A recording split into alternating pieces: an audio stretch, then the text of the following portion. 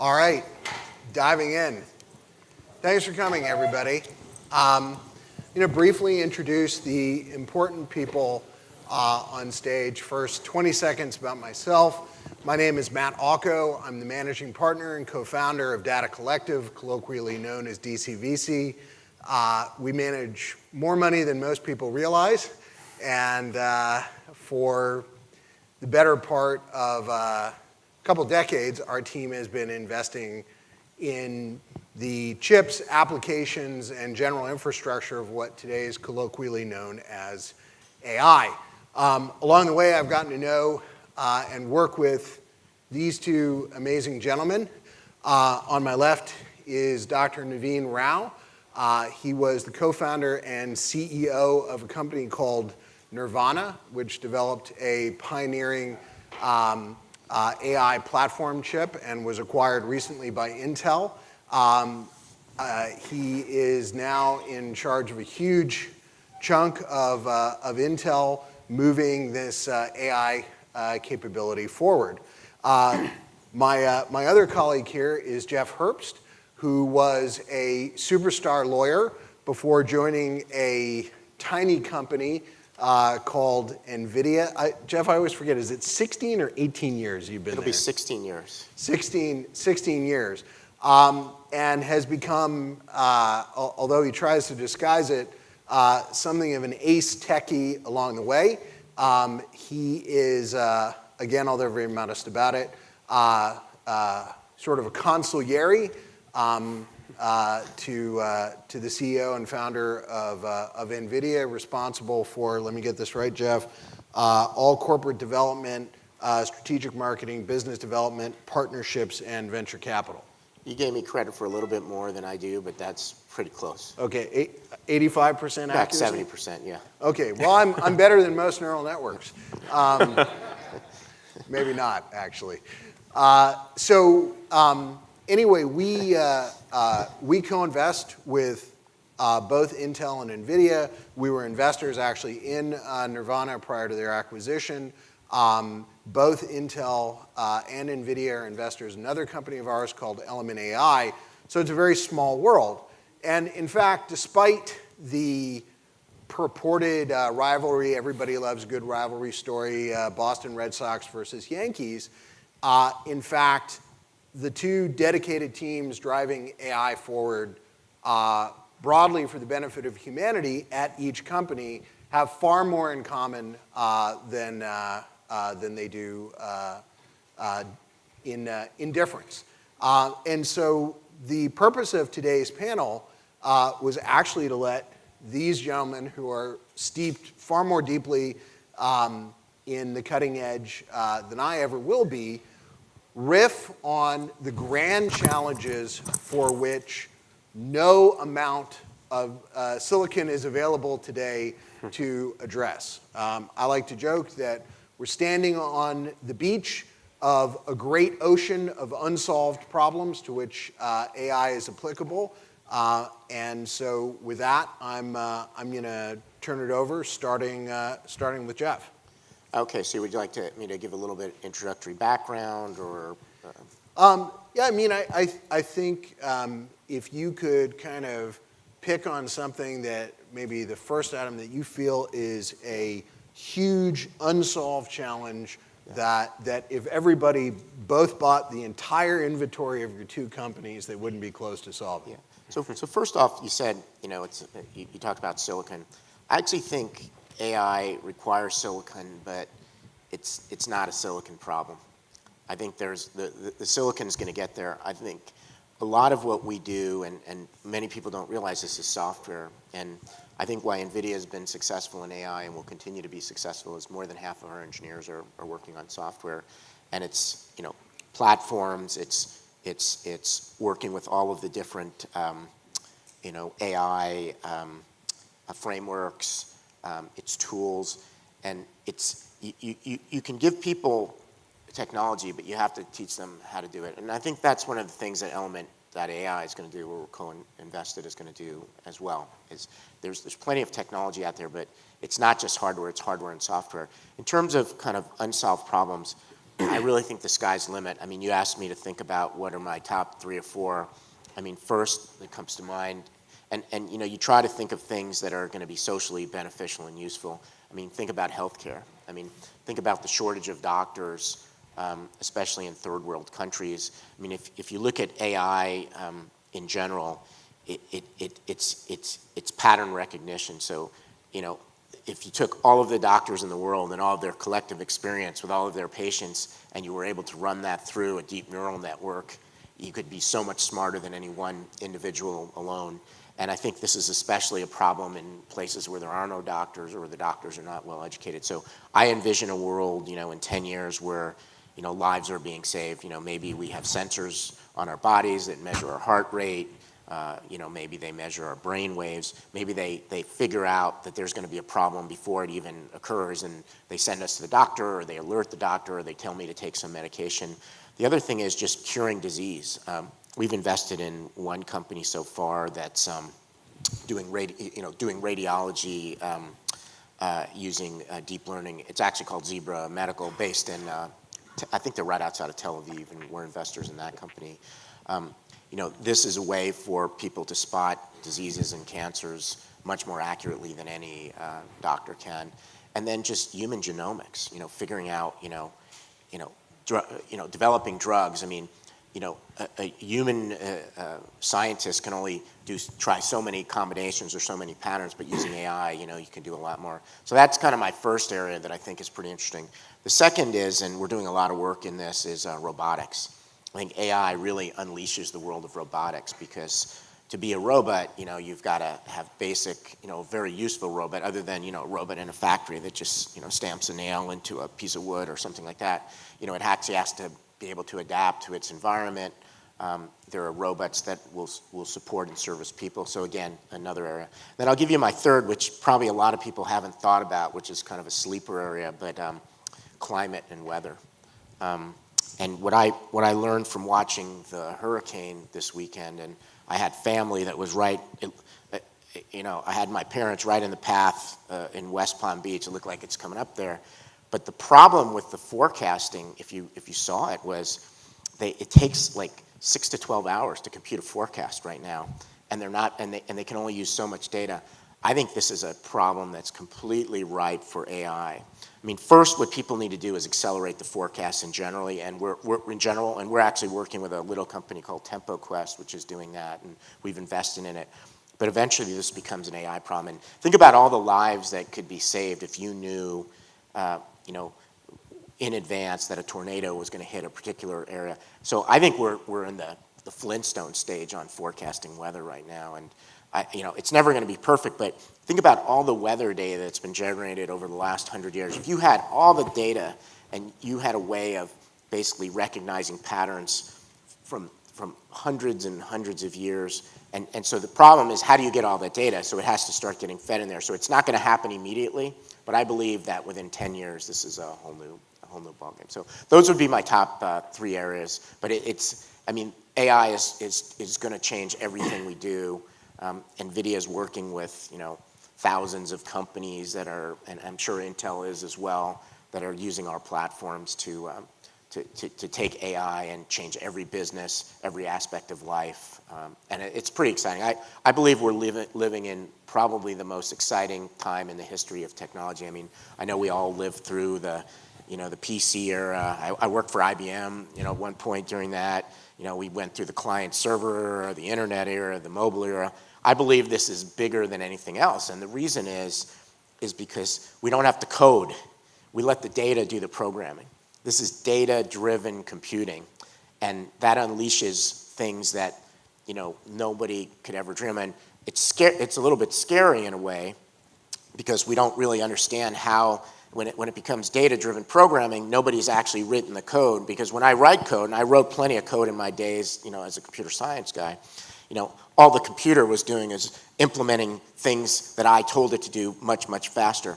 Now that we're ingesting massive amounts of data, more than any human could, we don't really understand exactly how the patterns are recognized, whether it be voice, images, and data.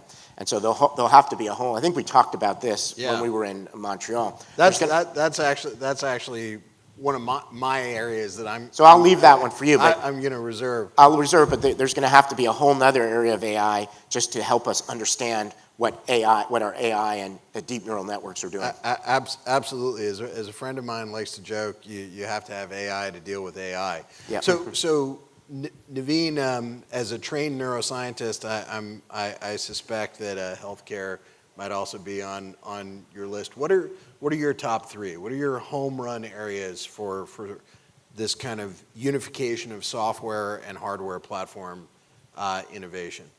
So yeah, let me just give a little bit of background also. So I was a computer architect for about 10 years, designing processors. Also worked at IBM as an intern on the Power series processors a long time ago. And I got pretty good at understanding what our state of the art of synthetic computation was. And as Matt just mentioned, I'm also a neuroscientist, so I actually quit my job after 10 years in the industry, went back to get a PhD in neuroscience. Specifically to understand what the state of the art of our understanding of biological computation. And during that process kind of came up with some concepts that we can borrow from biology. 4 billion years of evolution can't really be wrong. Tested and honed over that time through a competitive model. So there has to be some good stuff we can borrow there. And one thing that dawned on me was that we talk about big data, and I completely agree with the things that Jeff was just mentioning. Sifting through data is now our biggest problem. I call it our biggest computational challenge of our lifetime. Right? That is what computers are built to solve. But what's interesting is that going through this process of learning about neuroscience, it dawned on me that the brain is exactly that.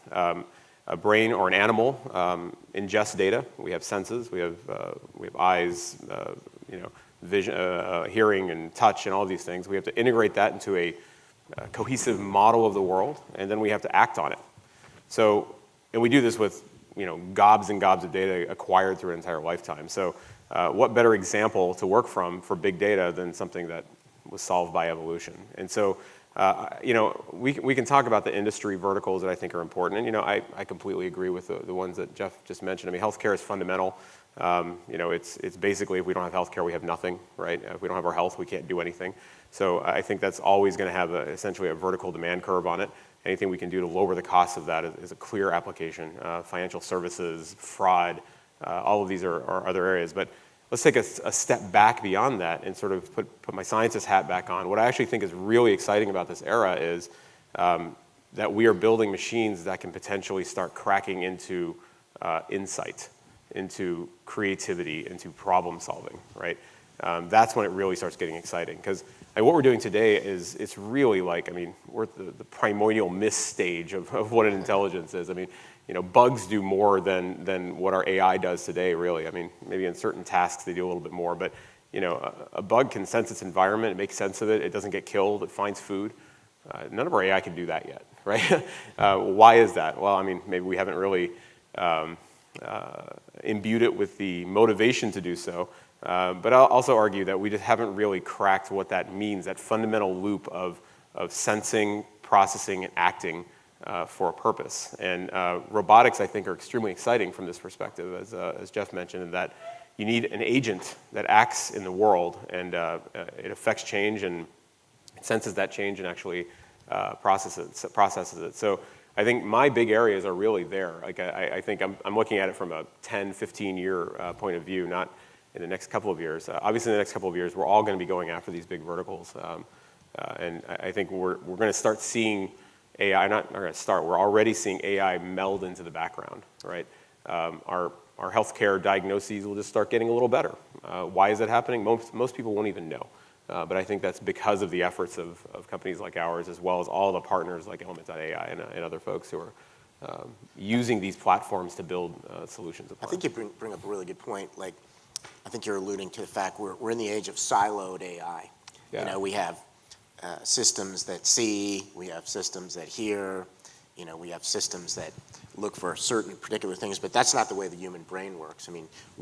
We solve problems from multiple angles. We have multiple senses, and I don't think anyone's even close to cracking that yet. That's right. So you both touched on this notion of data, and Jeff, I'm going to tease you a little bit, having wrestled with both PyTorch and TensorFlow. It doesn't quite feel like the data is doing all of my programming for me quite yet. But I get the broad point that there's, today what's different than ever before is the potential for exponential insight from data that's not mechanistically driven by von Neumann assembly instructions executing effectively under human control top to bottom. We're in a world, both of you have touched on this notion of being in a world of emergent properties. Naveen, you noted that we don't have enough emergent properties yet. My potato chip finding robot has failed miserably, whereas the ants in my kitchen seem to do just fine. But this notion of data being critical is one that I think a lot of the Israeli people in the audience will both resonate with and be amused by. So I recently sold a company in Israel, and persuading the Israeli tax authorities that I was actually a human being living outside of the country that deserved my money took me 4.5 months and about $75,000 in legal and accounting fees. So bureaucracy, which afflicts both Israel and the US in horrific ways, is the enemy of pooling these large aggregates of data that we get insight from. And it sabotages the 15-year home run roadmap. It sabotages the 5-year save a kid from cancer roadmap. You guys are kind of at the top of your fields across huge corporations and hundreds of invested companies. What do you see happening, both in your organizations and in startups, to crack this data bureaucracy problem, this data unification problem? Well, go ahead. I can start with that. I think diversity is key. What I mean by diversity here is diversity of thought, of solutions, of companies. I don't think full centralization of anything is a good idea. And we've shown that over and over again through governmental models. That doesn't seem to work. And so I think the fundamental answer to that is that we're going to have multiple agents probably gathering similar data in some cases, or maybe coming up with ways to share that data and find insights, but that has to be distributed. It can't be all for one incentivized group to own it all. I think that's fundamental. So before we roll over to you, Jeff, I'm going to tweak you a little bit on that, Naveen, and say, that sounds fine, but what happens when a government entity, or of course not you guys, but a surly, uncooperative large corporation says, hey, either A, I'm not going to give you the data at all, or B, I'm going to give you data that's so crippled that the features, the metrics that AI likes to extract from that data is so obfuscated or undermined that even my little vertical agent can't get what it needs. How are you seeing solutions to that? Well, I mean, I think this is kind of almost a philosophical question, but you start seeing this work through the VC networks, right? I mean, clearly, if there's one large pool of data that has a lot of value, surely every investor out there is trying to find ways to crack into that market. And I think this is kind of part of the greater system that actually produces this kind of diversity. You're going to have massive amounts of funding going toward solving that problem in multiple ways. And it's very difficult for anyone to kind of stay on that perch, I think, for forever. You can't do it. I mean, 10, 20 years maybe is possible. I don't know. That seems like a long time to me even. But I think this is how it's going to get broken, is through multiple agents trying to crack that problem. So it's an interesting perspective. I'm hopeful that's emerging in all of our portfolios. Jeff, the rejoinder to that is going to be Epic and Cerner have had a death grip on U.S. medical records for getting on 25 years, so they're on the ragged edge of your empires must fall metric there, Naveen. How do you think we're going to get either the key features or the key volumes of data that we need for really transcendent breakthroughs? Yeah, so I think it's an even bigger problem than you let on. So what you're basically saying is data is power. And by the way, I don't think that this is any different than just human beings. Forget about expert systems and AI. The reason why some people become more knowledgeable and more successful is because they have more experience over time. And why does, the CEO of a big company like Intel or NVIDIA get so good at his job and nobody can replace them, is because they're doing it so long, and they just, and this is exactly the same problem with AI, but it's even bigger problem than that, is that data alone, isn't sufficient. It has to be formatted and in an ingestible format that you can use it, and it has to be labeled with ground truth. So especially in healthcare, there's all these x-rays and medical records and things like that, but if you don't know for sure what the outcome of the patient was on each one of those things, you really can't employ AI on it, because you don't know what the ground truth is. So you have to kind of triangulate it, and this is one of the things I learned. So how are we going to solve this? I think there's going to have to be, if you want to participate, if you're in healthcare, we're going to have to give up some of our we're going to have regulation to go do it and give up some of our medical records to allow these AI systems to learn. But the big are going to get bigger. This is why people are worried, and I think it's going to be very difficult for a small company to kind of succeed in any particular vertical unless they get, and so it's a land grab.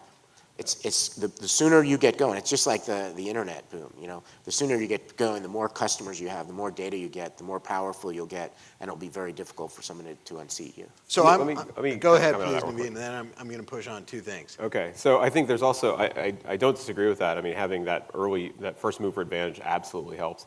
I think there is also a technological solution here potentially. As we get better at utilizing more impoverished data, that advantage decreases, which is, I think, a very good thing. This is actually why I said one of the big things I'm excited about is that sort of insight into data, creativity, hypothesis-driven analysis, these kind of things, like actually having the machines do that. That has two effects. It makes large data sets less valuable in comparison, and makes it that you can use more cheaply gathered data sets to actually build these insights. It's kind of like, I don't know, it's kind of use your analogy of kids. It's like some way sharing an experience that's a proxy for being a CEO, and actually having more people out there training to be that, right? Yeah. So you checked off one of my items, which is, it's actually a specific technical solution. We're seeing these things called GANs, or generative adversarial networks, essentially neural net, for those who aren't GAN fans, two deep neural networks set in almost an evolutionary rivalry against each other to, I use this term in the scientific sense, falsify new data. And that's actually proving successful in some areas, some areas it's not. But I think you're right, Naveen. I think there are existing and lurking technical breakthroughs that generate more data. The question I pose to the two of you guys as representatives of companies that, yes, are software companies, but still do make silicon. If you look at the Israeli startup landscape, there's this huge ferment in IoT and embedded in innovation. Movidius is one example of an interesting intersection of embedded and AI. PrimeSense is another example. There are companies doing embedded software and hardware and combined solutions for detecting failures in industrial machines and obviously defense and medical. And so in Israel in particular, we see a huge amount of this unification of IoT and AI.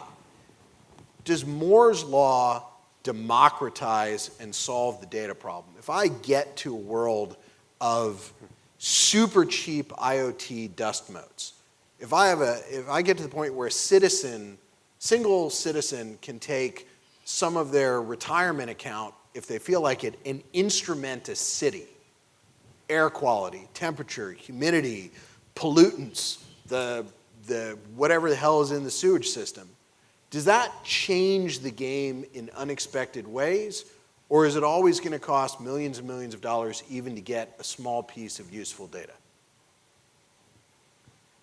That's a very philosophical question, actually. I got to think about that for a second. So, I don't know, I think we all expect that, there's going to be cameras everywhere, microphones everywhere, sensors everywhere. I guess it depends who controls those, right? And, is Apple going to control it? I mean, is my iPhone going to be listening to everything I say? I mean, is my car? What do you think, Tim? Yeah, yeah. I think it's a question of control, So who you think that one company is going to have the lion's share of this, or do you think it's going to be? No, I'm saying if it gets cheap enough, given what both of you are driving, if it gets cheap enough that somebody can take $50,000 out of their retirement account and potentially instrument a city with tens or hundreds of thousands or even millions of distributed sensors, given that given that radios are already data radios are already dirt cheap, does that change the game, or is it always kind of a nasty rising tide lifting boats problem in that stuff improves, but to really do a good job, to really get the high quality data, it's always $2 million or $4 million. It's always a beefy seed round from unpleasant characters like us. I actually think the answer to that question you just posed is yes. There is going to be a stratification. And again, sort of taking a step back, I look at ecology. I look at the way animals have evolved as a sort of a steady state of some of these things playing out. And you don't see everything being bacteria, right? What you're describing is the whole world just being bacteria. I don't think one solution always fits every ecological niche or every market, which are the same thing in my mind. I think there are going to be certain things that it will change the game, absolutely. It'll make it so that there's a lot more accessibility for certain functions, but certain things are just going to be in the realm of that, I put a lot of effort into this thing and made it really, really good. And it's kind of like the human brain exists despite bacteria existing, right? There was a reason for it. So one of the grand challenges that actually we put some money behind is safety and security, or you could call it defeating asymmetrical warfare. Western society has its share of problems, but a small handful of individuals deciding that it doesn't work by suicide bombing it to pieces is probably not an optimal outcome for any of us, whatever their political or personal motivations. So we see a lot of ferment and innovation in these security areas. As you look out into the future, and you look at the roadmap for what your software and hardware problems are able to accomplish and the kind of data that's already available, when you can score a human being's emotional intent well in advance, like tiptoeing into Minority Report territory, we're already seeing some of this in terms of adjudication for bail through AI or sentencing through AI. Looking into the future, will this person have a high degree of recidivism? Will they turn violent in prison or have a chance of rehabilitation? This is already scoring a human being's future. As that accelerates, especially for real-time stuff, where there may be somebody in a tower ready to take a headshot, what do you think we all need to be doing to make sure that these systems are fair and dare I use the word moral or ethical? Well, I mean, this goes back to what we were talking about at the beginning is right now we just don't, even the smartest guys like Naveen who invented all this stuff, we don't understand sometimes how the results of our AI systems come to those results. So I think we need to figure that out first before we can kind of solve the problem. But I do agree with you in general, safety and security and national security are extremely important. And it's funny that you bring it up. Where I was last week in Washington, D.C., in a place that starts with an L, talking to these very high-level folks about this, it was quite interesting. And they're all over this. And because they know that this is the only way they're going to basically solve the next, terrorist attacks, and they have to be 2-3 steps ahead of the curve. But, in general, though, I think we don't understand enough yet. I think we're in such the early innings of AI. I don't think we even understand that problem. Yeah, I mean, I can answer that partially with a question. How do you know what's right? How do any of us know what's right? And we can debate that one all day long. I think it's probably some part of it comes from genes, which itself is a learning process. Some part of it comes from living in a society and understanding consequences of actions. And some part of it comes from an innate ability, which is from our genes, to understand, or at least partially understand, the minds of other individuals out there.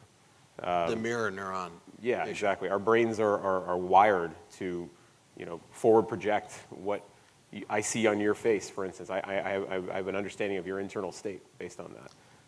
Like Jeff said, we're really at the beginning. We don't do any of that yet. Yeah. The problem is we're in siloed AI right now. Yeah. Like the human brain, the way we intuit or feel intuition, it's based on so many different processes. It's not just based on, if I took my ears away and my hands away and my sense of temperature and, if I didn't feel the hairs on my, body going weird when people said so, I wouldn't know what, I'd be missing a huge swath of what I do to go figure out. Because at the end of the day, that's what we do for a living, actually. Mm-hmm. We apply judgment to situations and we evaluate people and things. And so I don't think there's any AI system that can do that. Now, they can solve a particular problem for me, but until we have kind of a transferred learning based system that can look at all these things together, then I don't think we're going to get there. But eventually, I think we'll use AI to kind of build these systems. The AI will build the AI, and that's when it becomes pretty cool. Mm-hmm. But I think that's how it's going to happen. The problem is so large, to figure out. We're going to need to use AI to kind of build it for us. Would you guys agree?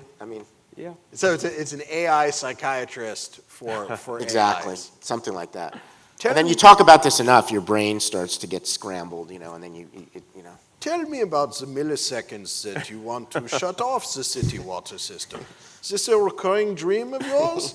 I miss Matt's impressions. Yeah.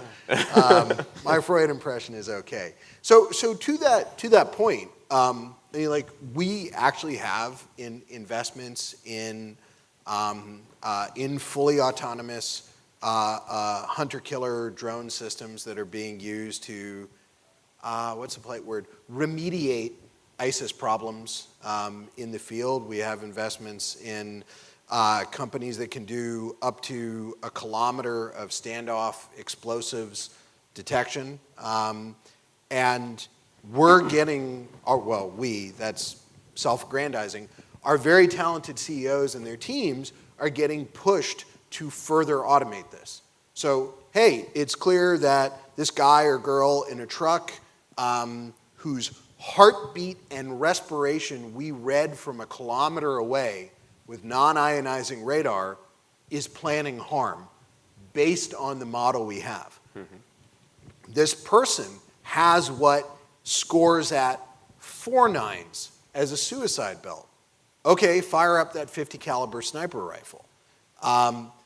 And we see in our own portfolio this push, this acceleration to leave less and less time for human judgment. Now, you guys both said we need AI psychiatrists, we need unblackboxing AI, we need AI transparency, even if it takes AI innovation. How do you guys, as I use the term very specifically, industry leaders, get people to spend more time on AI transparency and kind of ethics reinforcement before 700 little startups build junior versions of the Terminator? Mm-hmm. Well, I think there's a few different ways. One is we can provide the tools to make that easy. Startups are very much about leveraging what's out there, right? That's what you do. You're very pragmatic about your approach. So if it's easy to do that, and there's a market reason to do it, startup will do it, guaranteed it. Now, the other piece of it, I think, has to come from a bigger societal standpoint. I hinted that we need to have a market-driven force to actually cause this to happen. What could be the forcing function for that? Governmental intervention, perhaps, is one thing we've talked about. I think that's one piece of it. The other big piece is this sort of diversity of thought of solving a problem. Multiple Matt Ocko's out there funding different companies doing something. You don't want that. Don't want multiple Matt Ockos, that's for sure. But having multiple companies working on a problem, it actually naturally does this to some extent. So I think those things working in concert are really how we're going to get there. There's going to have to be regulation. Right? It has to be. I mean, look, the easiest example I can give today where it's easy to see where regulation is starting is self-driving cars, right? I mean, I believe self-driving cars are coming, and they're coming very soon, and we're working on this problem. The question is, what level of self-driving car are we going to have? Are they going to be just closed campus loops? We're invested in working with companies that do that. Is it just going to be highway driving, or is it going to be cars that can drive anywhere, anytime, anywhere? I think it probably goes along that continuum. But the regulation has to keep up because none of us, I mean, there's a safety problem, there's a societal problem. What's going to happen the first time there's an accident caused by a self-driving car where it swerves away from a vehicle here and hits a pedestrian, or I guess what happened in China, you know, the car drove under the semi-truck because it had never seen that experience before. And so just, It's actually Florida. That was oh, here, it's Florida? the US. Oh, it's Florida? Anything like that, Jeff, you just begin with Florida man, comma. Yeah, okay. I actually lived in Florida. I know. I worked for IBM in Boca Raton before they moved it. So you know what I'm talking about. I love Florida. So, but and this may affect how the world adapts. So China actually has, in my view, a big advantage in self-driving cars because China can just make a rule. And so there are going to be entire cities and entire roads in China that are self-driving roads, and that may happen sooner than it happens in the US. But I think every industry is going to have to go through the same process as people start making decisions with AI systems. You know, the insurance industry, the financial services industry, and the police forces. But I think that AI is, and I know this kind of work is going on in Israel. You know, AI is being used to catch criminals and find things that no human detective could ever find because it's able to process more data in more different regions. So I can't tell you who we're working with and who I'm talking to, but I think it's going to be a huge opportunity. So Naveen, you guys have a huge footprint in self-driving cars, both completely organically and also through your recent acquisitions. What do you think is going to happen? And also with respect to the ethical problem of, do you hit a gaggle of nannies or a gaggle of Buddhist monks? Right. I mean, I totally agree. We're going to have some kind of legislation going on here. There's no doubt about it. We have to. I mean, the auto industry has always been regulated. So when you have enough chaotic interactions out there, you basically have to put some kind of ground rules in place. It's a very hard problem from the perspective that these are not closed-form solutions. I can't go and say, here are my rules, and just check against this, this database of all the rules we agreed on is going to be correct. It's more like we have to have sort of more real-world tests out there. And this is actually how we build a car today. So I'm just drawing it back to an analogy. I can't actually closed form write a set of equations and say, this conforms to the crash safety standards that the National Highway Safety Authority has put forth. There's no way to do it. We have to have tests, and we have to believe in those tests and show they're representative of the real world. I don't think this is any different. Auto manufacturer comes out with a new platform or a new system. It's got to go through the rigor of that, and we'll eventually trust it, right? It takes some time to get there, but after enough testing miles and us as a society agreeing these are the kind of things we want it to do, we'll trust it. Does it mean it'll be perfect? Absolutely not. It cannot be, and that's exactly what we do with people, right? Say, okay, 16-year-old, you've taken your 1-month course, now you're good enough to drive, right? So I think we already introduced enough chaos onto the road. I don't think it'll definitely be better than what we have today. So it's a step forward in my mind. So we have about 5 minutes left. I'm going to offer 2 seemingly low-hanging or very modest AI applications. One born of bitter personal experience, which I want an AI that does the art and layout for PowerPoints. I don't care how big your organization is. I don't care how many people you have working with you. I always end up, as I did last night through early this morning, spending 4 hours tweaking a PowerPoint and desperately looking for licensable art that expresses exactly what I want. That's number one. And number two is, although there are companies out there that provide narratives for sports or news that are purely AI driven. I don't know whether most people know, but almost all high school and all the way up through Division IIA sports writing in American newspapers is done by AIs out of a company called Narrative Science. Not an investor. There's some people in the audience who are. We're not very cool. What I want is a company that delivers a narrative on the complex, nasty data that we talked about having a hard time getting a hold of. So lightning round, those are my two life improvement AI apps. What are each of your two? Well, first of all, I think your PowerPoint is going to happen right away. I mean, there's already a company called Artomatics that we're working with that's basically producing artwork using AI. And the reason it's interesting is because, you know, if you want to build a video game, you know, it takes painstaking work to go build all these characters. And imagine like the crowd scene from the movie 300. Remember when they had all those, not the Spartans, the Greeks. Yeah. So this is happening. But I think, you know, mine, and we're already working on this, is ray trace, you know, fully ray traced, you know, graphics, you know, movie quality graphics for games. I don't want movie quality graphics. I want a deep neural net that's been trained on the top 1,000 McKinsey and Bain PowerPoint. I actually think that one's going to be easy. Yeah. All right. Send it my way. Yeah. All right, Naveen? First, I'd like an AI that can make a projector in a room work. Yes. Everyone agree with that one? Yeah. All right. Seems like it's the hardest computational problem of our time, I think, really, talking about all this stuff. Honestly, I think something that can facilitate communications between individuals, like basically filtering my email, right? I mean, there's so much overhead and just redundancy in the way we interact with each other. Most email could just be answered if you understood what I would say. It's not that hard. You know, I agree with that. I think the problem that we all have is I/O. Yeah. You know, like this is the problem like most busy, successful people have. Our processing can work real well, but we just don't have enough time in the day to do the I/O, and so we get frustrated that we have to sit on a conference call when we could have just done an email. And so I totally agree. So this is the biggest challenge. Someone's in here. He was just telling me. I don't know if Nick, are you still in here? But yeah, he sent me the 3 emails. He asked me if it was just him or I don't like anybody because I couldn't get back to him to do something. And this is a big problem.